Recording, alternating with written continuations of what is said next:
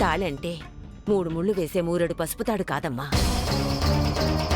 ఇద్దరూ కలిసి బతకాలనుకుని వేసుకునే బంధం. అలాంటి తాళి తీసేయడం అంటే ఒక ప్రాణం పోవడమే. ఆడది అమితంగా ఇష్టపడే అలంకారాలకి దూరమైపోవడమే. కళ్ళకద్దుకునే తాళిని ఇంత సులభంగా ఎవరు తీరమ్మా.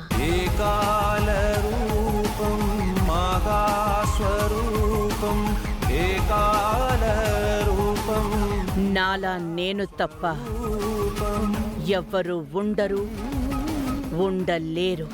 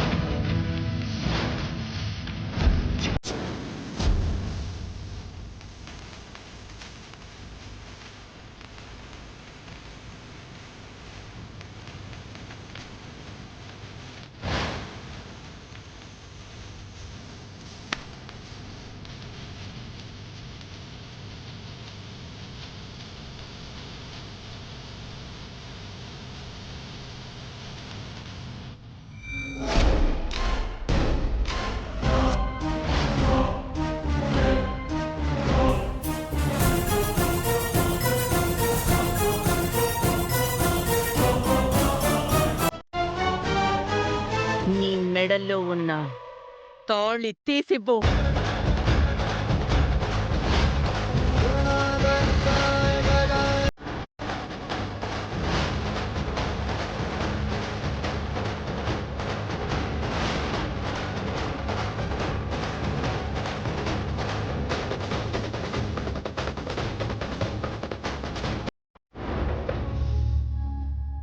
ఇవ్వు చంద్రిక.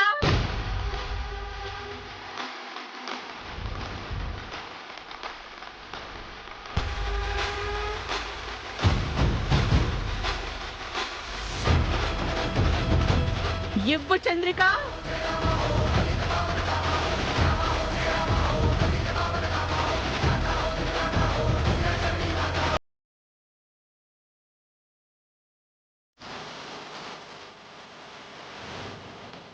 వెళ్ళి పసుపు తాడు తీసుకురండి.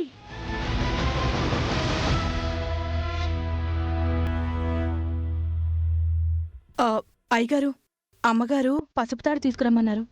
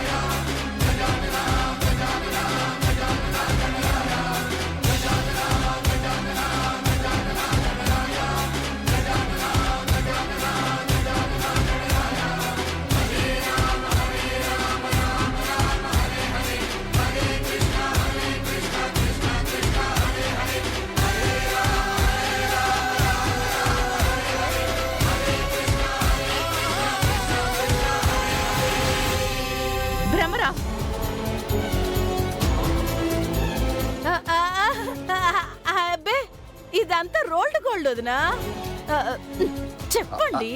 అవునమ్మా, ఆ, అవును. ఆ, రోల్డ్ గోల్డ్.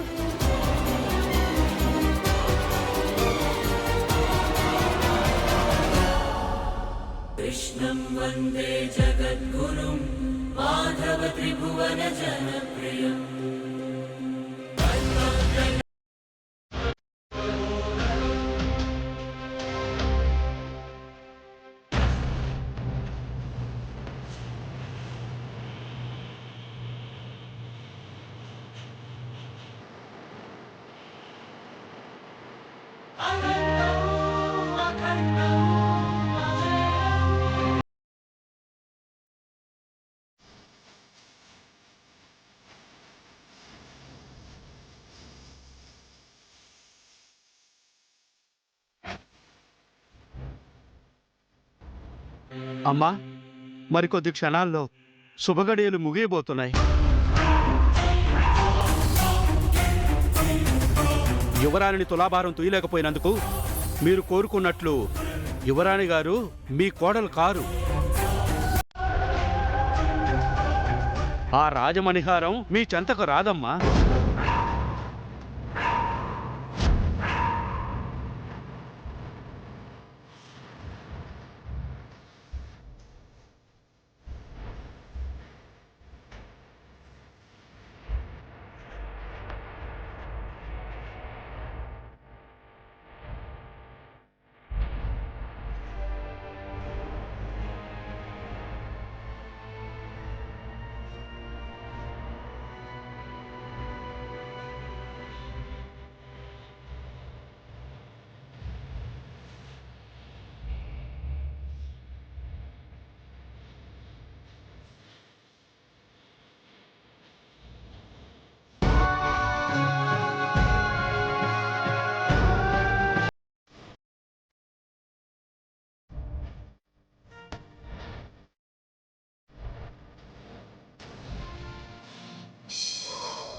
ఆగు, ఆగు.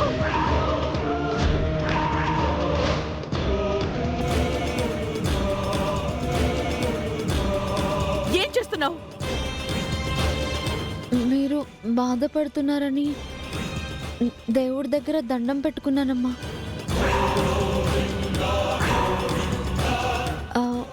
ఆ కృష్ణయ్య పాదాల చెంత ఉన్న ఈ చామంతి పువ్వుని ఇందులో వేస్తానమ్మా. ఆ పువ్వు వేస్తావా? ఇక్కడ చూసావా?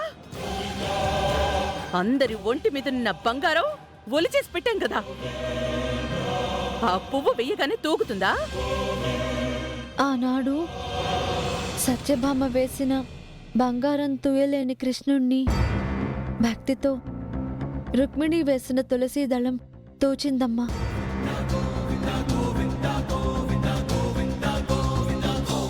ఇదే ఆ స్వామివారు చూపించిన దారి.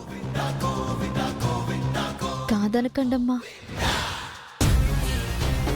ఏయ్, ఏయ్! ఇదేమైనా ద్వాపరయుగం అనుకున్నావా? చెట్ల వేర్లకి, కాగితపు పూలకి, మనుషులు తూగడానికి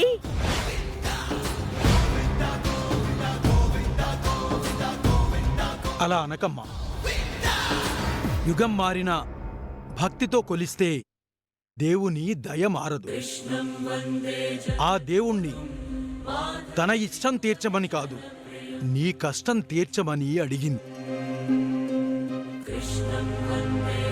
స్వార్థంతో కోరితే ఇవ్వటానికి దేవుడు ఆలోచిస్తాడేమో కానీ నిస్వార్థంతో ఇతరుల కోసం కోరినప్పుడు ఆ భగవంతుడు కూడా తథాస్తు అంటాడు. ఆ భక్తికి భగవంతుడెప్పుడూ బానిసవుతాడమ్మా.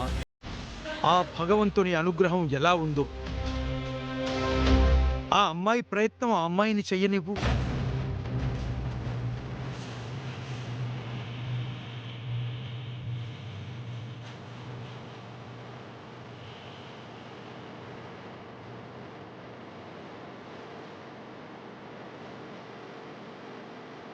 దైవానుగ్రహం ఉంటే ఆ చామంతి పువ్వే కనకం కన్నా విలువైనదవుతుందమ్మా. చివరి ప్రయత్నంగా చేయనివ్వండి.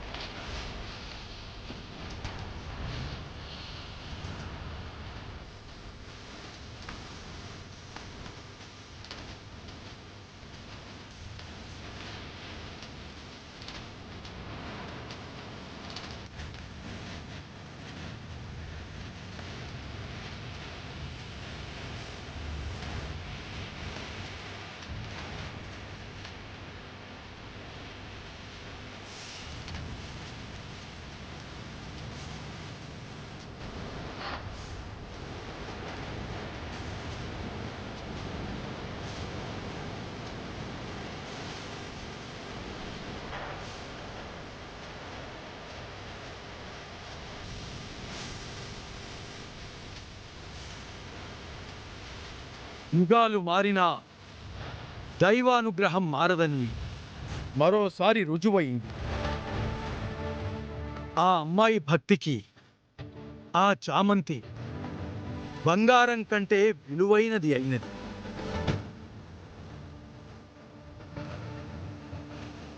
శ్రీకర అఖిల సంహార శ్రీయోగ పరమే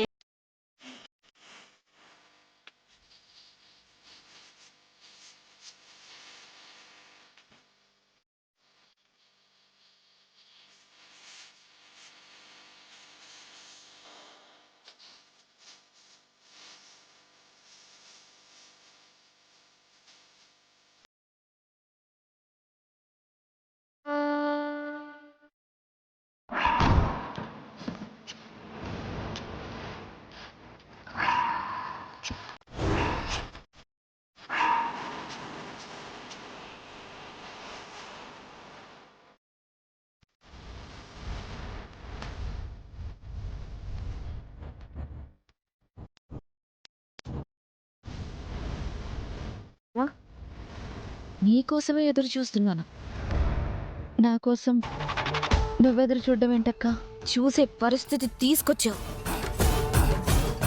ఈ పెళ్లి వద్దు వద్దు అన్నావు. ఈ ఇంట్లో అడుగు పెట్టద్దు అన్నావు. మణిహారంతో ఆటలొద్దు అన్నావు. కానీ చివరికి తులాభారంలో రమాదేవి ఓడిపోకుండా చేసి తనని గెలిపించి ఇండైరెక్ట్ గా నన్ను గెలిపించావు. ఒకరిని గెలిపించడానికైనా ఒకరిని ఓడించడానికైనా నేనెవరినక్కా? 10 మందికి అన్నం పెట్టే అమ్మగారు ఓడిపోతారనే భయంతో ఏం చేయాలో దిక్కు తోచక అల్లాడుతుంటే ఆ బాధ నేను చూడలేక ఆవిడ ఉప్పు తిన్న విశ్వాసం చూపించాలని నేను చేయగలిగింది చేశాను, అంతేకాని నిన్ను గెలిపించడానికి కాదక్కా. ఏమైతే ఏంటి, నువ్వు చేసింది నాకు ఉపయోగపడింది. ఎందుకక్క ఇంత స్వార్థం? అసలు ఈ బుద్ధి నీకు ఎక్కడి నుంచి వచ్చింది? ఈ ఇంటి కోడలు కావాలని అబద్ధాలాడావు, మోసాలు చేస్తున్నావు.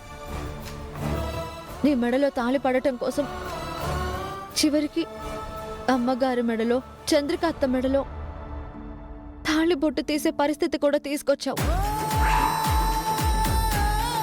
మంచిది కాదక్కా. ఆడదాని ఐదోతనంతో ఆటలాడటం ఎప్పుడు మంచిది కాదు. భర్త 100 ఏళ్ల జీవితాన్ని తన గుండెల మీద మోస్తూ తన భర్త ఆయురారోగ్యంగా ఉండేలా చూడు స్వామి అని నిత్యం కళ్ళకద్దుకుని తాళిబొట్టుని నీ స్వార్థం కోసం తీసేలా చేశావు అంటే దాని పర్యవసానం ఏ విధంగా ఉంటుందోనని ఆలోచించావా? నాకు కావాల్సింది ఎలా దక్కుతుందా అని ఆలోచిస్తానే కానీ అవతలి వాళ్ళ గురించి ఆలోచిస్తాయి నేను అనుకున్నది సాధించలేను. ఏం సాధించావక్క? ఇంట్లో ఉన్న బంగారం అంతా ఊడ్చేసినా, చివరికి తాళి బొట్లు తీసేసినా కూడా తూగలేదు కదా. చివరికి ఏదో నా ప్రయత్నంగా ఆ దైవానికి దండం పెట్టుకుని ఈ చామంతిని తీసుకొచ్చి వేశాను. ఆయన దయ వల్ల అది తూగింది. అంతే అక్క. ఓ, నువ్వు దేవుడికి దండం పెట్టుకోవడం వల్ల, ఈ పువ్వు తీసుకొచ్చి వేయడం వల్లే తూగాను అనుకుంటున్నావు, అంతేగా? అదంతా నీ భ్రమ. తూగని బంగారాన్ని తీసుకెళ్ళి బీరువాలో పెట్టుకున్నారు. నువ్వు తూచింది అంటున్నా, ఈ పువ్వుని మాత్రం పక్కన పడేసి వెళ్ళిపోయారు. ఈ చామంతి విలువ అది. నీ దగ్గరే పెట్టుకో. ఎందుకంటే ఇది నువ్వు ఒకటే కదా.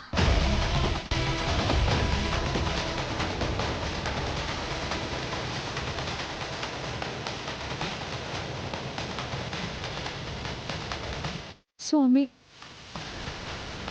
తెలిసి తెలియక మా అక్క ఈ ప్రమాదకరమైన ఆట ఆడుతుంది. ఆశ ఆలోచనని చంపేస్తుంది అంటారు. ఈ ఇంటికి కోడలు కావాలన్న ఆశ మా అక్క ఏం చేస్తుందో తనకే అర్థం కాకుండా చేస్తుంది. ఈ ఆస్తులు, ఈ అంతస్తులు ఇవేవి మాకొద్దు స్వామి. మా అక్క ఏ ప్రమాదం లేకుండా ఇంట్లో నుంచి బయటపడితే చాలు. తను ఆడుతున్న ఆటలో తనని తానే పోగొట్టుకునే పరిస్థితి వస్తుందని నాకు తెలుసు. తనకి ఆ ప్రమాదం రాకుండా నువ్వే మా అక్కని తప్పించు.